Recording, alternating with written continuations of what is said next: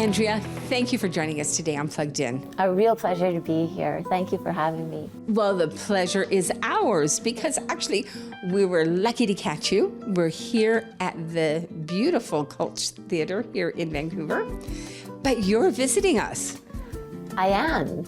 I got invited. My husband and I created a show about our transplant journey, and we started the show. We premiered the show in Montreal at the Fringe Festival, and it was a big success. And I applied to be part of the Revolver Festival here that is produced by Up in the Air Theatre. And they chose our show to be part of their festival. So we're pleased to be here and can't wait to perform. And we're very excited that the show is here. So let's start there. Tell us about the show. What's it about?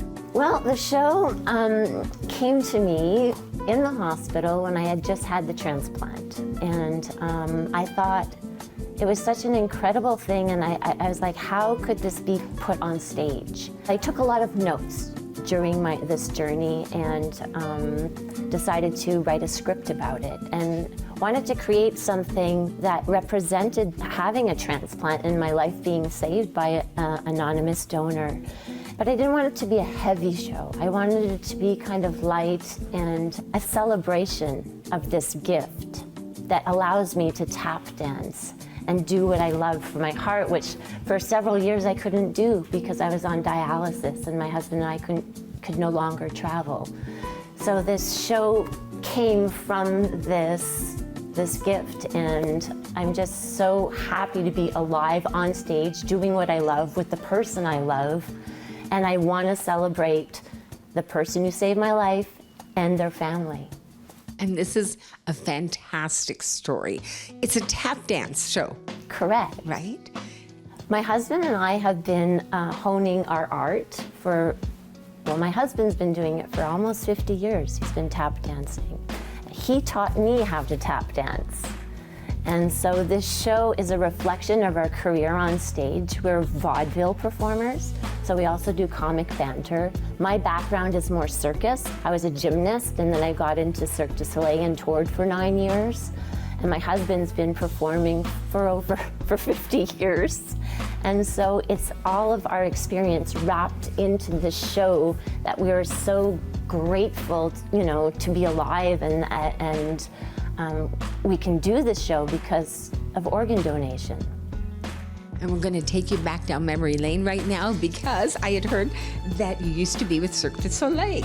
You used to be an acrobat, and now you're doing a tap dance show. Can you tell us about that journey, because you turned to tap before your diagnosis with kidney disease, is that right? Correct. What happened was I started as a gymnast, and just as I was starting to retire gymnastics, the Cirque du Soleil was starting to grow.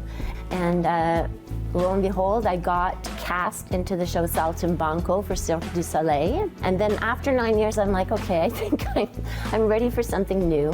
Went to Montreal and started taking different classes, mime classes and tap dance. And by chance, in one of my last Cirque shows, a casting director from a show called Teatro Zanzani in San Francisco had seen one of my last Cirque shows, and she was looking for a comic character, and my role in the Cirque du Soleil was somewhat comic. I was like, at the time I was a high-flying acrobat, but I was 30, so I was looking for something closer to the ground, and tap dancing is on the ground.